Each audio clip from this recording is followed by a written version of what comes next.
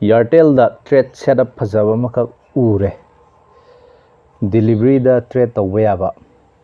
akhoi da trade tawriba trading style se ayama matam da equity da tawi delivery da hai tare ko aduga day trading ju tawi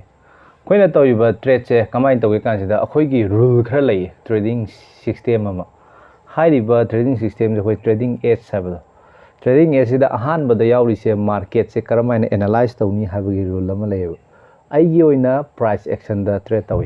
price action da market analyze tawbagi magi niyom am lai adu niyom du khatane khoina tawrise niyom mai ama khatana te ko niyom chabun ama lai ba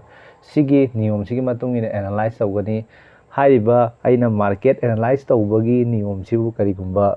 pass taw taraba adoi taragadi mathangda risk na kayam lawgani aina yauriba paisa sigi 1% lawgadra yamabda 2% haina 1% khak lawbus yawi 1.5% lawgadra haina 2% ni makhane ba lawduije ada stop loss sai jaga tham daragadi reward asi phawba lawba yai haibagi dum ama yengakani matungda haibadi aina market to fajana analyze tor up chat kani na para ba haitare ko up chat kani na khalaba adui taragasu up to yamna karoidaba mami utaragadi ai trade to lawroi ada aina lawriba risk tuga aina lawgadriba reward chika sigi sanaba makhe yengani haidi reward yamdragadi ai trade se lawde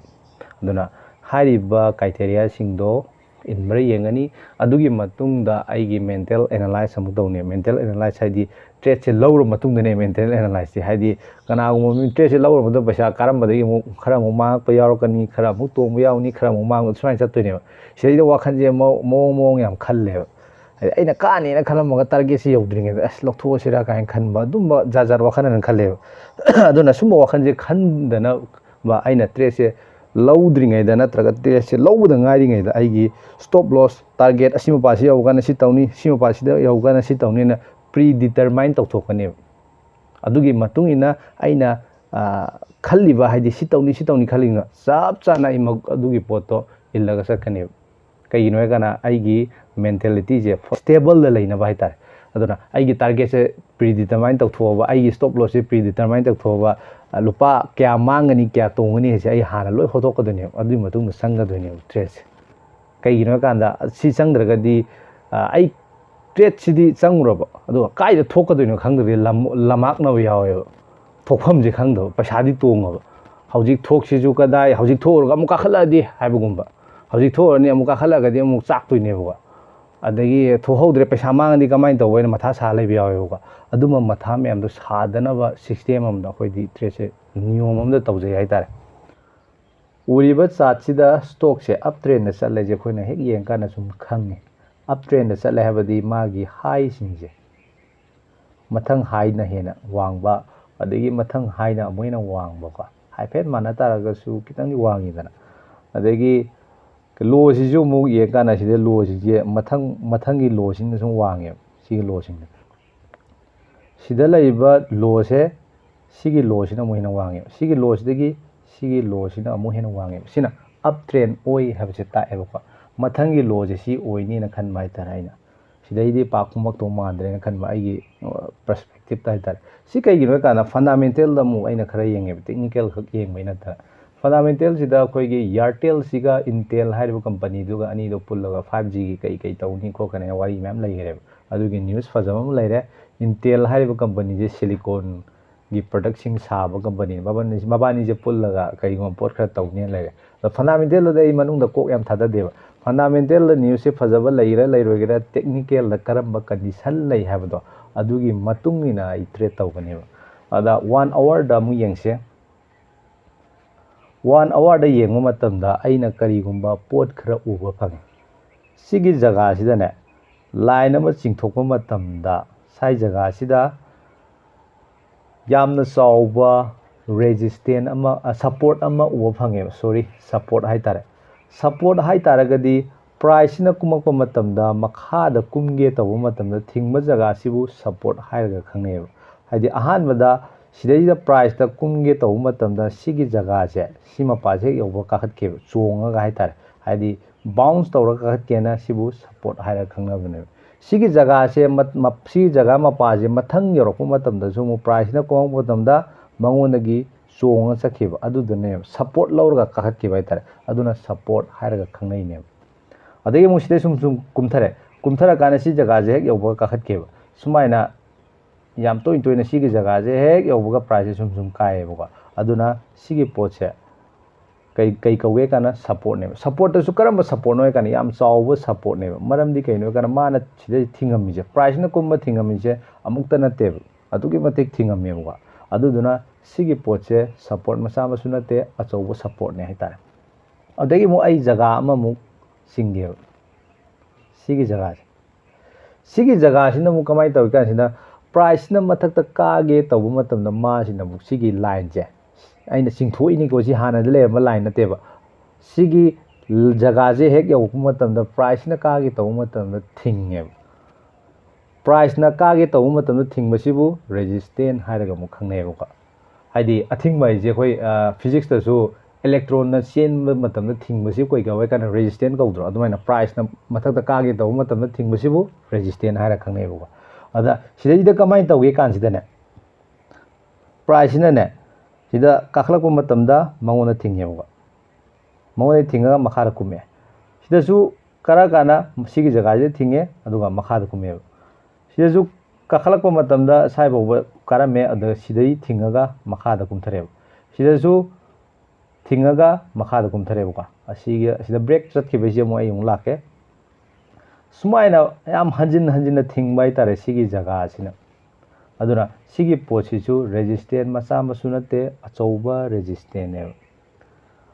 करीगुम्बा resistant है अथिंगमनिको तुरेंदसु अखोइना पन अमा थिंगबा तारब हारिबा पनदुबु resistant कौवेबा अदुबु तुरेंद चेलाइब इचेंदुना अदुकी मतिक वांगबा तारगदी पनजिसु काइबे याइबा पनजिना करीगुम्बा काइगी तारगदी इसिंगदो जोरो चेंगिनेबा अदुना resistant ओइना प्राइसना थिंगमीबसे साइदगी Laiba buying pressure सिने हेलकपदगी सिगी पंजे करीगुम्बा काइगिबा तारबा अदुइबा तारगदी price से मथक जोरो कागिबगी chance वांगना लैये अदुना resistant हारगा मतम खुदिमक थिंगनी हाब लैते माजु काइगदुनेबा रेजिस्टेंट काइबा जगह सिना खोइना ट्रेड अमा चंगहौगी चांस अमा लैबा तारे अदुना आइना रेजिस्टेंट येंगबसे अयामा मतमदा रेजिस्टेंट अचौबसे काइबसिदा यामना येंगल्ले अदैदा करीगुम्बा वारी अमसु लैसिदैदा करीगुम्बा रेजिस्टेंस सिना काइगिबा थोबा अदुइ तारगदी रेजिस्टेंट दो सपोर्ट अमु ओले है सपोर्ट ओले है हानगी रेजिस्टेंस सपोर्ट अमु ओन बाइतार सिदैसिदा रेजिस्टेंस से काइगिद्रा सिदैसे काइग्रा मतुंगदा कमाइ तौरकाना प्राइस ना अमु हलकु मतमदा सिगी हानगी रेजिस्टेंस सिदाने सपोर्ट लौरगा अमु पाइखतखि हाइदि हानगी रेजिस्टेंस ओरमबदो सपोर्ट अमु ओन बाइतार अदुदुनने हाइदि रेजिस्टेंस सपोर्ट ओन बे यारबनिना अइना रेजिस्टेंट खक हाइबगी महुत्ता सपोर्ट एंड रेजिस्टेंट एन हाइबदा कैसु काइबा लैते कइगिनो काना हाइरिबा रेजिस्टेंट काइगदि सपोर्ट ओन दुइनिनबा अदा सिदा लैरिबा सपोर्ट एंड रेजिस्टेंट अचौबसे करीगुम्बा काइग्रेन खलोने काइगद्रोमनेबा सि पोसे काइबगी चांस याम वा काइगद्रोमने हाइबदि यादे करीगुम्बा हयेंग अंचित मसेमसिदा काइग्रेन खलसेबा काइगिबा मतमसिदा वॉल्यूम यावराबा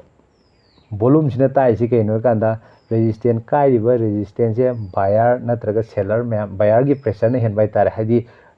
बाय सेल की एक्टिविटी से हेलगा काइगिबनी ना लवेबको करीगुम्बा वॉल्यूम से यावदबिदा रेजिस्टेंस से काइगि तागदि साबो चलमबगने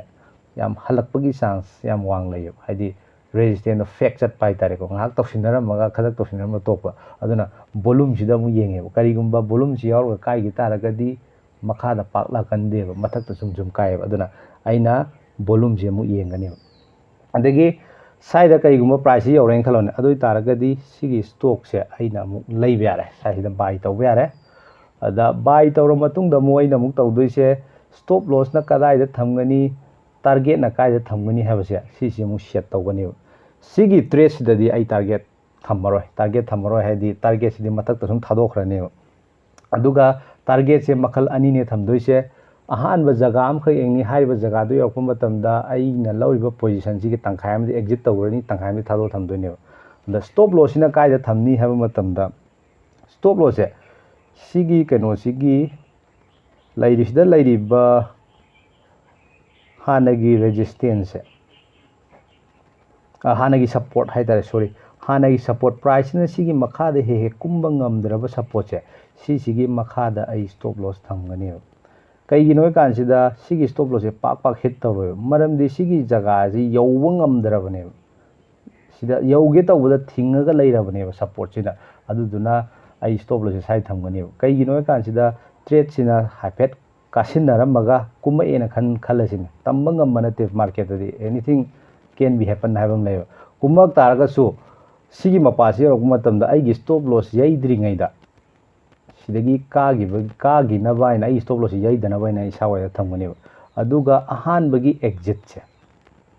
ahan bagi exit ai taragadi aina lauriba stop loss haibadi aina lauriba risk se aina trade amas de lupa lising tara risk lauren khalone adoi taragadi lupa lising kuntong ko matamda ai gi position du gi tangkhai ma exit tokthokani haidi risk to reward se 1:2 da ai tangkhai ma exit tokthokani tangkhai dana thado thamne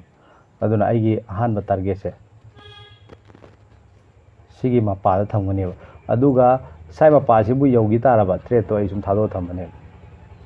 sigi concept sidane aina trade tawduise adubu aina sida hayeng hangsit sida si yoragadi smaina tawni na khallidana kariguma yoraktren khalone adu ta da si trade tawraro haidi aina khalliba rule singdo illaba matamna khatane aina trade tawduise